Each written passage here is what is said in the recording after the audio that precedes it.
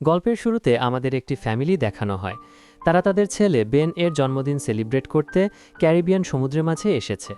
Ben এর মা Julian সাঁতার কাটতে সমুদ্রে নেমে যায়, আর বেন আর তার বাবা মাছ ধরায় ব্যস্ত ছিল। কিন্তু হঠাৎ করে জুলিয়ান বুঝতে পারে কোনো বড়সড় কিছু একটা তার চারপাশে ঘুরছে। হঠাৎ করেই কেউ তাকে টেনে পানির নিচে নিয়ে যায়। এদিকে তাদের বোটের ইনস্ট্রুমেন্টগুলো অদ্ভুত আচরণ করতে শুরু করলো। বেন আর টম মাছ ধরায় ব্যস্ত থাকায় ব্যাপারটা খেয়াল করতে পারে না। ডুবতে থাকা জুলিয়ান প্রাণপণে নিজেকে বাঁচানোর চেষ্টা করতে লাগলো এবং টমকে অনেকবার ডাক দিল, কিন্তু কেউ তার ডাক শুনতে পাচ্ছিল না। তখন জুলিয়ান অনুভব করল যে সমুদ্রের সব পানি পিছনের দিকে চলে যাচ্ছে, আর সেই সাথে সেও ডুবে যাচ্ছে। এবার টমও ব্যাপারটা লক্ষ্য করে। সে জুলিয়ানকে দেখতে পায় এবং তাকে বাঁচাতে সাথে সাথেই পানিতে ঝাঁপ দেয়, আর বেন বোটের ইঞ্জিন স্টার্ট করে তাদের দিকে এগিয়ে যায়। শেষমেশ টম জুলিয়ানকে ডুবে যাওয়া থেকে বাঁচায়। এরপর বেন আর তার বোন কেসি মিলে দুজনকে বোটে তোলে আনে। বোটে উঠে টম তার মেয়ে কেসির ওপর রেগে যায়। সে বলে, তোমার খেয়াল কোথায় ছিল? তুমি জানো যেই সাঁতার কাটতে নামবে তার ওপর একজনের নজর থাকা দরকার। তাহলে তুমি কেন এই নিয়ম ভাঙলে? যদি তোমার মায়ের কিছু হয়ে যেত তাহলে কি হতো? এতে কেসি কিছুটা অনুতপ্ত হয়, তবে সে সরি বলাতে সবাই এগিয়ে আসে এবং পরে তারা আবার বেনের জন্মদিন সেলিব্রেট করতে থাকে। এই সময় কেসির বয়ফ্রেন্ড তাকে কল করে। কল ধরার পর সে লক্ষ্য করে যে তার বয়ফ্রেন্ডের পিছনের শহরে একটা বিশাল ঝড় আসছে। এটা দেখে কেসি খুব চিন্তিত হয়ে যায়, কারণ এই মুহূর্তে তারা নিরাপদ জায়গায় ছিল না। সে তার বাবা মাকে গিয়ে সব জানায়, আর এরপর তারা তাদের বোটের সেফটি চেক করতে শুরু করে। চেক করার সময় তারা লক্ষ্য করে যে অনেকগুলো হুয়েল আর শার্ক তাদের বোটের চারপাশে ঘুরছে। টম জানত সাধারণত তিমি আর হাঙর এভাবে তখনই আচরণ করে যখন কোনো বড় ভয়ঙ্কর ঝড় আসার আভাস পায়। এখন আসন্ন ঝড়ের আভাস তারা পেয়ে যায়, কিন্তু এর আগে তাদের এই হাঙরদের সামলাতে হবে। হঠাৎ এই সময় তাদের বোট একটা প্রচণ্ড ধাক্কা খায়। সেটা দেখতে টম পানির নিচে যায়। সেখানে গিয়ে সে দেখল বোটের নিচে বিশাল একটা ডেন্ট পড়েছে, যেটা নিশ্চিতভাবে কোনো বড় হাঙরের আঘাতে হয়েছে। এটা চেক করার পর যখন টম ফিরে এলো তখন সে গুরুতর আহত ছিল। এটা দেখে জুলিয়ান তার ক্ষততে সেলাই করে দেয়। এখানে টম তার ফ্যামিলিকে বলল যে বোটে হাঙরের আক্রমণের কারণে তারা আর বোট চালিয়ে এগোতে পারবে না। এখন তাদের একটাই অপশন বাকি, কাউকে সাহায্যের জন্য ডাকতে হবে। কিন্তু কোনো সিগন্যালও পাওয়া যাচ্ছিল না। তাদের বোটের কমিউনিকেশন সিস্টেম কিছুই ধরছিল না। এখন এই কঠিন সময়ে টম খাবার দাবার চেক করে। তাদের কাছে মাত্র 4 দিনের মতো পানীয় খাবার ছাড়া তেমন কিছুই ছিল না। তবু তারা একটু শান্তি পেল এই ভেবে যে তারা একটা শিপিং রুটে আছে। এখান দিয়ে কোনো না কোনো জাহাজ তো যেতেই পারে, আর তারা হয়তো সেখানে হেল্প পাবে। কিন্তু এই সব কথার মাঝেই হঠাৎ বাইরে থেকে একটা বিশাল শব্দ শোনা গেল। তারা বাইরে গিয়ে দেখল এক বিশাল মিটিওরাইট তাদের দিকে ধেয়ে আসছে, আর সেটা তাদের বোটে আঘাত করতে পারে। আর সেটা এড়ানোর জন্য টম দ্রুত তার বোটের ইঞ্জিন স্টার্ট করে, কিন্তু সে জানত যদি সেটা চালু করে তাহলে বোট একেবারে নষ্ট হয়ে যাবে। আর ঠিক তাই হলো, তাদের বোটের ইঞ্জিন নষ্ট হয়ে গেল, আর একটা মিটিওরাইটও তাদের দিকেই এগিয়ে আসতে লাগলো। এখন নিজেদের বাঁচানোর জন্য আর কিছু করার ছিল না, তাই সবাই বোটের নিচের অংশে গিয়ে লাইফ জ্যাকেট পরে নিল। এরপরে তারা একটা প্রচণ্ড শব্দ শুনল, আর সবাই অজ্ঞান হয়ে গেল। যখন তাদের জ্ঞান ফিরল তখন তারা দেখল তারা বেঁচে আছে। যদিও সবার আঘাত লেগেছিল, কিন্তু অবাক করা ব্যাপার হলো তাদের বোটের ভেতরে বিশাল একটা ছিদ্র হয়ে গেছে, তবুও পানি এক ফোঁটাও ভেতরে ঢুকছিল না। যখন পুরো পরিবার বোট থেকে বাইরে বের হয়ে এলো তখন বাইরের দৃশ্য দেখে তারা স্তব্ধ হয়ে গেল। তাদের বোটের চারপাশে মাটির ওপর মাছ ছড়িয়ে ছিটিয়ে আছে, আর তাদের বোট দাঁড়িয়েছিল পাথুরে পাহাড়ের মতো জায়গায়, যেন মনে হচ্ছিল তারা কোনো ভিন্ন গ্রহে চলে এসেছে। যেখানে গতরাত পর্যন্ত সমুদ্র ছিল সেখানে এখন উঁচু উঁচু পাহাড় আর গভীর গর্ত তৈরি হয়েছে। টম তাড়াতাড়ি তার কম্পাস বের করে দিক খুঁজতে শুরু করলো। তখন সে বুঝতে পারল যে নিশ্চিতভাবে মাটির ভেতরে কোনো গড়বড় আছে। পৃথিবীর মেরু বদলে গেছে, নর্থ পোলের জায়গায় সাউথ পোল চলে এসেছে, আর সাউথ পোলের জায়গায় নর্থ পোল। তাই যেখানে আগে জমি আর মানুষ ছিল সেখানে এখন সমুদ্রের সব পানি গিয়ে পড়েছে, আর যেখানে আগে সমুদ্র ছিল সেটা এখন শুকনো জমি হয়ে গেছে। এই ঘটনা জানার পর সবাই অবাক হয়ে গেল। টম তাদের আরও জানায় পৃথিবীতে যারা খোলা জমিতে বেঁচে ছিল তারা সবাই মারা গেছে। এবার কেসি ভয়ে ভীষণ আতঙ্কিত হয়ে গেল। সে নিজেকে কেবিনের ভেতরে আটকে ফেলল। এদিকে জুলিয়ান বেঁচে থাকা খাবারগুলো গুছিয়ে রাখতে লাগলো, আর টম জন্মদিনের বেলুনগুলো আকাশে উড়িয়ে দিল, যাতে যদি কেউ বেঁচে থাকে তারা দেখে বুঝতে পারে। তারপর টম রেডিও দিয়ে কারোর সাথে যোগাযোগ করতে চেষ্টা করে। সে জানতো হয়তো কোনো উত্তর আসবে না, কিন্তু অবাক করা ব্যাপার হলো সে উত্তর পায়। এই উত্তর দেন একজন ক্যাপ্টেন, যিনি টমের ফ্যামিলির মতোই সমুদ্রের এই পরিবর্তনের ব্যাপারে জানতেন, কারণ সেও তার সাবমেরিনের ভেতরে ছিল। ক্যাপ্টেন টমকে জানায় পৃথিবীর যে পোল চেঞ্জ হয়েছে সেটা 1 সপ্তাহের মধ্যে আবার স্বাভাবিক অবস্থায় ফিরে আসবে। মানে 1 সপ্তাহ পরে সমুদ্রে পানি আবার নিজের জায়গায় ফিরে আসবে, কিন্তু তখন ঢেউগুলো ভীষণ ভয়ঙ্কর হবে। তাই ক্যাপ্টেন টমকে বলে, তুমি তাড়াতাড়ি কোনো উঁচু জায়গা খুঁজে বের করো এবং সেখানে চলে যাও। কারণ সেখানে বেঁচে থাকার সম্ভাবনা অনেক বেশি। এই কথা শুনেই জুলিয়ান তার সন্তানদের বলল, দ্রুত গুছিয়ে নাও। টম ক্যাপ্টেনকে বলল, আপনার সাবমেরিনে তো বাঁচার সুযোগ বেশি, তাহলে কি আপনি আমার সন্তানদের নিতে পারবেন? ক্যাপ্টেন বলল, ভাই আমি চাই তো তোমার সন্তানদের নিতে, কিন্তু পারবো না, কারণ আমার সাবমেরিনে আমার এক সঙ্গী মারা গেছে। সেখানে মাত্র দুজনের জায়গা আছে। আমি একজনকে রাখতে পারি, কিন্তু আরেকজনকে বাইরে রাখতে হবে। টম তখন ক্যাপ্টেনকে অনেক অনুরোধ করে বলে, দয়া করে আমার 2 সন্তানকে নিয়ে নিন। এর বদলে আপনি যা বলবেন আমি আপনার জন্য তাই করব। শেষমেশ ক্যাপ্টেন রাজি হয়। এরপর টম সাবমেরিনের লোকেশন আন্দাজ করে এবং তার স্ত্রীকে জানায়, আমরা 2 দিনের মধ্যে সেখানে পৌঁছে যাব, মানে সমুদ্রে পানি ফেরার আগে আমরা সন্তানদের নিরাপদে সেখানে পাঠাতে পারবো। আর এভাবে আমাদের 2 সন্তানের প্রাণ বাঁচানো সম্ভব।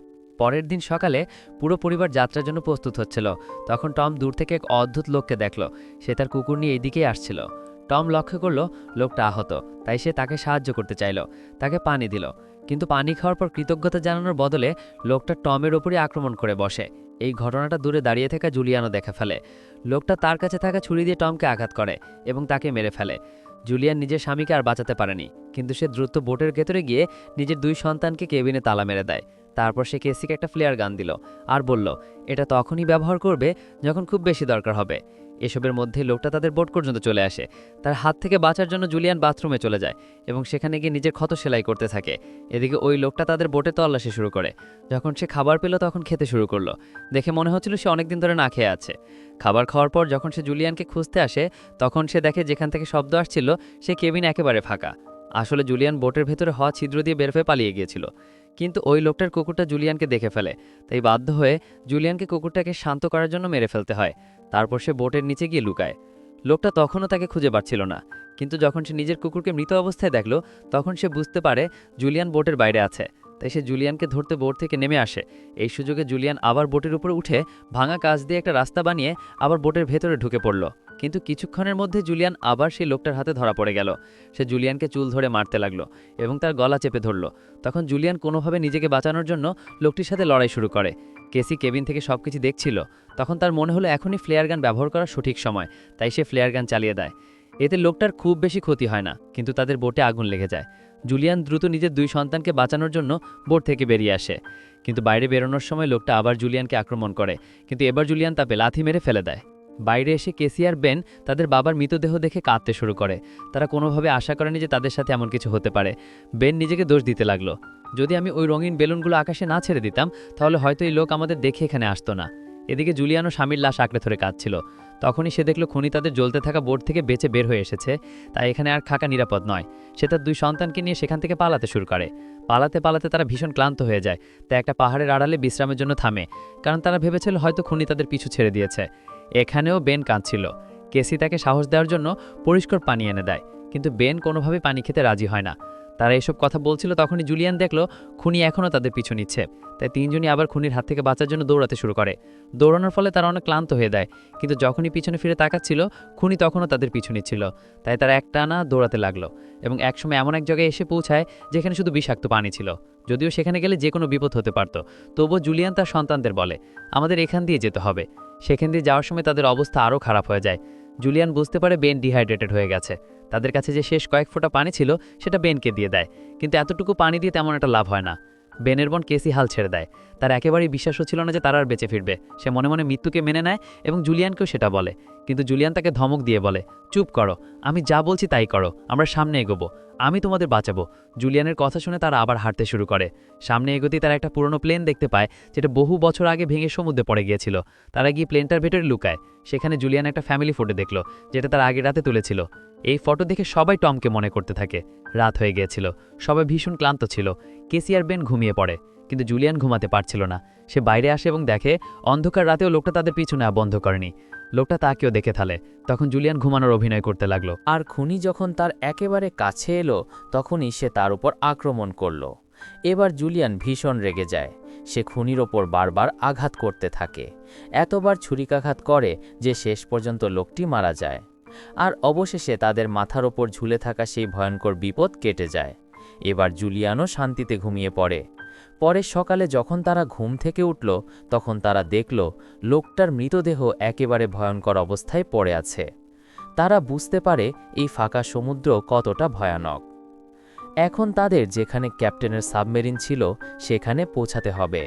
জুলিয়ান মানচিত্র দেখে দিক ঠিক করছিল, কিন্তু এরই মধ্যে বেন প্রচণ্ড তৃষ্ণার্ত হয়ে পাশের একটা পুকুর থেকে পানি খেতে শুরু করে। জুলিয়ান তাকে নিষেধ করেছিল, কারণ ওই পুকুরের পানি বিষাক্ত ছিল, কিন্তু তৃষ্ণার কারণে বেন তার কথা শুনল না। তাই জুলিয়ানকে জোর করে তার মাথা ধরে পানি থেকে টেনে তুলে। পানি খাওয়ার পর বেন অসুস্থ হয়ে পড়ে, তাই জুলিয়ান ও কেসি একটা অস্থায়ী ডেরা বানায়। কিছুক্ষণ বিশ্রাম নেয়ার পর জুলিয়ান অদ্ভুত একটা শব্দ শুনতে পেল। বাইরে গিয়ে সে দেখল অসংখ্য কাকড়া তাদের দিকে এগিয়ে আসছে। তারা দৌড়ে পালাতে শুরু করল। দূরে গিয়ে তারা একটা বিশাল কার্গো জাহাজ দেখতে পেল। তার ভেতরে অনেক কন্টেইনার ছিল, সেখানে কিছু লোক আশ্রয় নিয়েছিল। কিন্তু জুলিয়ান ও তার সন্তানদের দেখেই তারা ভরে একটা কন্টেনারের ভেতর ঢুকে দরজা বন্ধ করে দিল। জুলিয়ান দরজার কাছে গিয়ে কাকুতি মিনতি করতে লাগল, দরজা খুলে দাও। কিন্তু এরই মধ্যে কাকড়ার বিশাল দল কাছে চলে আসে। বাঁচার জন্য জুলিয়ান ও তার 2 সন্তান কন্টেনারের ওপরে উঠে গেল। উঠতে গিয়ে জুলিয়ানকে একটা কাকড়া কামড়ে দেয়, কিন্তু সে অনেক কষ্টে ওপরে উঠতে আসে। কেসি তার মায়ের ক্ষত কাপড় দিয়ে বেঁধে দেয়। তারপর জুলিয়ান অজ্ঞান হয়ে যায়। এইদিকে কেসি আর বেন দেখে সেই কাকড়াগুলো কন্টেইনার কেটে ভেতরে ঢুকে পড়ছে। ভেতরে থাকা মানুষগুলো অস্ত্র দিয়ে কাকড়াদের আক্রমণ করার চেষ্টা করল, কিন্তু কাকড়ার সংখ্যা এত বেশি ছিল যে তারা একেবারেই টিকতে পারল না। পরের দিন সকালে জুলিয়ানের জ্ঞান ফিরে। সে দেখে তার সন্তানরা নেই। এত ভয়ানক জায়গায় সন্তানদের হারানোর ভয়ে সে কেঁদে ওঠে। কিন্তু কিছুক্ষণের মধ্যে কেসি আর বেন ফিরে আসে। তারা খাবার আর অস্ত্র সংগ্রহ করতে গিয়েছিল। এবার জুলিয়ান কিছুটা স্বস্তি পায়। সে নিজের ক্ষত সারাতে লাগল আর বেন অস্ত্রগুলো গুছিয়ে লাগল। জুলিয়ান ক্যাপ্টেনের সঙ্গে যোগাযোগ করলে ক্যাপ্টেন জানায়, আমার ওপরও সমুদ্রের প্রাণীরা আক্রমণ করেছে, আমি গুরুতর আহত, তোমাদের সাহায্য করতে পারবো না। শিগগিরই সমুদ্রের পানি আবার ফিরে আসবে, তাই এই প্রাণীগুলো আবার ফিরে এসেছে। কিন্তু জুলিয়ানরা বুঝতে পারছিল না তারা কিভাবে সাবমেরিনের কাছে পৌঁছাবে। তাড়াহুড়োয় তাদের মানচিত্র হারিয়ে গিয়েছিল। তখন ক্যাপ্টেন আকাশে ফ্লেয়ার গান ফায়ার করে। সেটা বেন দেখে ফেলে। এবার তারা দ্রুত সাবমেরিনের দিকে যাত্রা শুরু করে। পথে তাদের এক বিষাক্ত বর্জ্যভূমি পার হতে হয়। সেখানে গেলে শরীর খারাপ হতে পারে, এমনকি মৃত্যু পর্যন্ত হতে পারে। এখন তাদের নিজের মায়ের উপর বিশ্বাস কমতে লাগল। সে জুলিয়ানের সঙ্গে তর্ক করতে লাগল। জুলিয়ান তাকে ধমক দিয়ে বলল, চুপ করো, সামনে এগাও। তারা এগোতে লাগল, কিন্তু হঠাৎ ভূমিধস নামল। বড় একটা পাথর জুলিয়ানের সামনে গিয়ে পড়ে, ফলে সে ফেঁসে যায়। কেসি তার মাকে ছেড়ে যেতে চাইছিল না, কিন্তু জুলিয়ান তাকে দিব্যি দিয়ে বলল, তুমি তোমার ভাইকে বাঁচাবে, সামনে এগিয়ে যাও। মায়ের কথা মেনে কেসি বেনকে নিয়ে সামনে এগোতে লাগল। অবশেষে তারা সাবমেরিনে পৌঁছে যায়, কিন্তু সেখানে তারা কাউকে পেল না। তাই তারা দরজা ধাক্কাতে থাকে। হঠাৎ আহত ক্যাপ্টেন পিছন থেকে এসে হাজির হয়। সে বলে, আমার আর বাঁচার সম্ভাবনা নেই, সাবমেরিনে 3 জন বসতে পারবে। এদিকে জুলিয়ানের দিকে আবার কাকড়ার বিশাল দল এগিয়ে আসছিল। সে বন্দুক দিয়ে লড়াই করল, কিন্তু কিছুক্ষণের মধ্যে গুলি শেষ হয়ে গেল। একটা কাকড়া প্রায় তাকে আক্রমণ করতে যাচ্ছিল। তখন কেসি ওপর থেকে হাত বাড়ালো। মেয়ের হাত ধরে জুলিয়ানও বেঁচে যায়। তারপর তারা 3 জন দ্রুত দৌড়ে সাবমেরিনে ঢুকে পড়ে। তাদের পেছনে তখনও ভয়ঙ্কর কাকড়ার দল ধেয়ে আসছিল। ঠিক তখনই এক বিশাল সমুদ্রের ঢেউ তাদের দিকে ধেয়ে আসে। ঢেউটা ছিল প্রায় 100 ফুট উঁচু। প্রচণ্ড শব্দে শিলা সাবমেরিনে এসে আঘাত করে। তারা সবাই অজ্ঞান হয়ে যায়। যখন জুলিয়ানের জ্ঞান ফিরল, তখন দেখল তাদের সাবমেরিন আর পানিতে নেই।